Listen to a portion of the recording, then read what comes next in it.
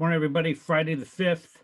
And today, let's just show the charts right out of the gate. And let's just get right into this thing because there has been a lot of interesting stuff come out this week with respect to the jobs report. And there is a lot of the late information coming to me this morning, but the what I'm getting is indicating that the jobs are really not, or at least the unemployment reports are not what they claim them to be, right? So what we're showing is, there's an anticipation of 100,000 plus jobs to be created.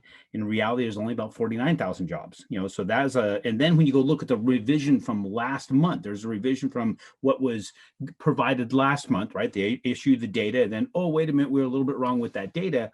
When you look at that, now we're looking at a total loss of 110,000 jobs. Big miss, big hit for what we're talking about our economy. There's also, look at the unemployment numbers. The claim is they're at 6.3%. That's not what it is. When you start really digging into it, for those that are out of the workforce, right? Those who can't even go looking for jobs due to COVID, those who have pulled themselves out of the workforce entirely, you start seeing unemployment approaching 10%. It's actually quite crazy. 10 million-ish people unemployed. Lot of hidden bullshit, in my opinion, going on here. But what's that do for us in the mortgage-backed securities? You'd think it'd have a lot more effect in the mortgage-backed securities as far as things continue to take off and grow. But we also got to remember these are weak returns. Anybody who's putting their money in here, when the stock market's continuing to shake off things that it shouldn't be shaking off, but it's shaking off these reports, which I don't have any speculation here as to why that is the case. So what we've got here is, if you can take a look, yesterday and today we're almost duplicating ourselves, but we have this 10-day moving average, which has been a good technical support all through this, and it's actually been a great support for quite a ways. We've got two different lines of support that are helping us out. We got all the moving averages helping us out. If you start looking into other coupons, where a lot of the people that are talking about interest rates, you hear any discussion about interest rates, they're going to be talking about it from the 2% coupon, where people are getting their rates for owner-occupied loans, because again, that's the majority of people out there. So it's helping the affordability index because of these lower interest rates. We've got some hourly earning increases in many parts of the economy. So we start looking at that, the affordability starts to help the owner-occupied borrower, but we are seeing decline in that particular pool. Therefore, the interest rates being affected a little bit negatively. So you might see some sort of things that are scaring some people. Ignore that.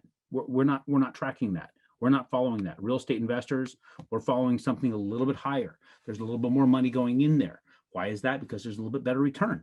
Why wouldn't you want to get 1% more return, right? And what I've also seen, there is a better payment history for those who are in the real estate investor segment. We've seen that from the folks that in my company, they're doing the research and looking at the loans that we've closed, who's making late payments, who's not, and those who are doing the real estate investing, they're not making late payments.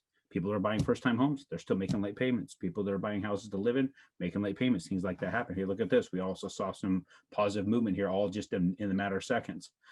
So one last thing that I want to throw out there, to continue in the preaching mode that that was kind of in the past, at least in the last this last week.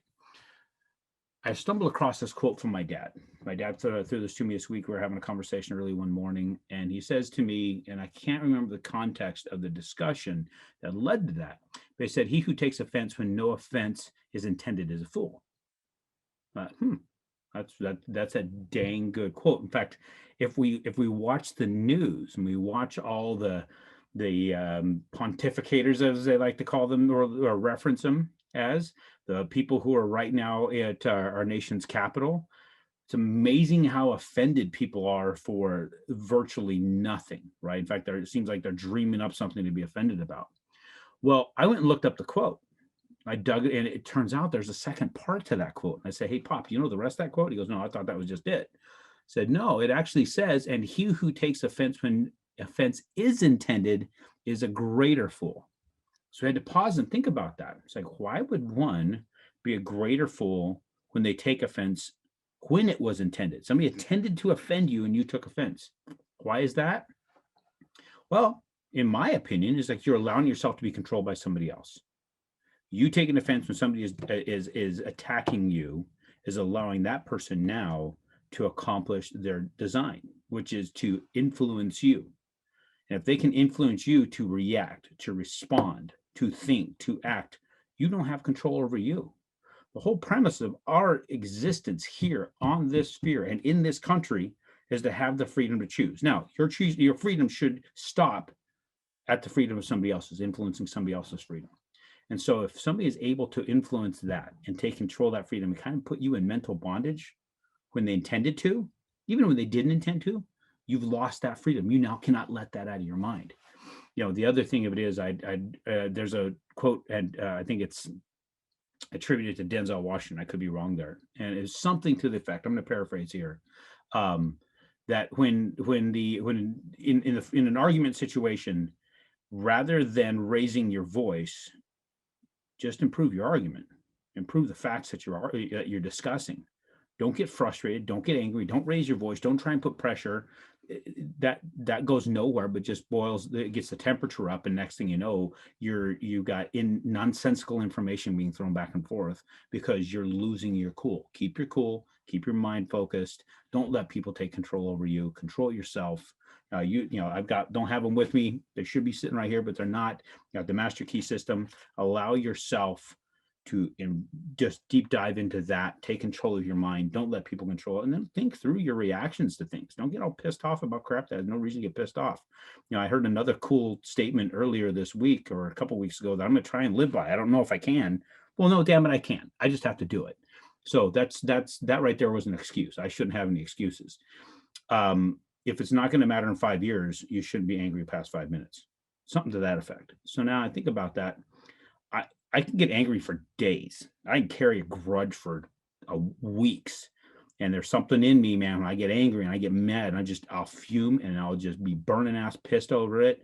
I'll get some sort of stupid comment from somebody or some sort of just completely misinformed thought process, and I get irritated as all hell.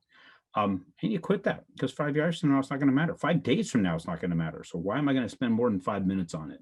Think my way through it, respond as I should to help that person work their way through the scenario, or we part ways, and go about my life.